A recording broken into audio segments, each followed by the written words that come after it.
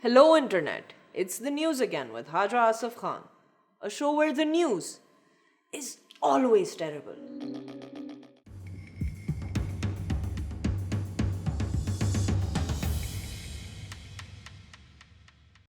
The President of Ireland did some weird stuff this week. He met Joe Biden. And if that wasn't enough, he asked him to push for a ceasefire in Gaza. Meanwhile, Biden was thinking about his next trip to the ice cream store. All this Jenny to the side makes him crave a nice vanilla for some reason. And then he announced his resignation, which was rather unexpected. He's keeping the reasons as mysterious as a leprechaun's pot of gold. And that's the exact opposite of what we see in Pakistan, where the mystery is always about how you become the head of state and never about why you quit being one.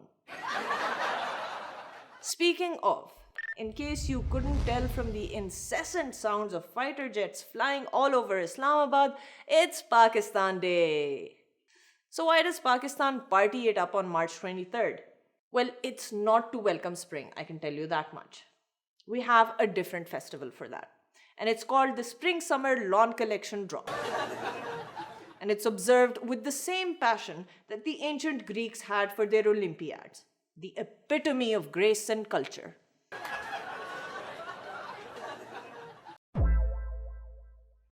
But this is different. Back in 1940, on this very day, the Lahore Resolution was passed, setting the stage for the creation of a separate homeland for the Muslims of British India.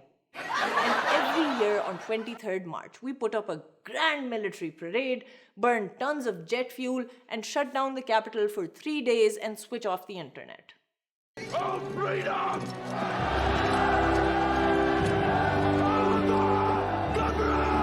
The entire exercise is a celebration of our forefathers' vision of having a country which protects the poor, where religious minorities are thriving, where all colonial systems have been abolished, and where religion is never used for political gain, where we also enjoy boundless freedom of expression, and where we can spend out of a depleting national kitty to ensure no one sleeps on this national holiday.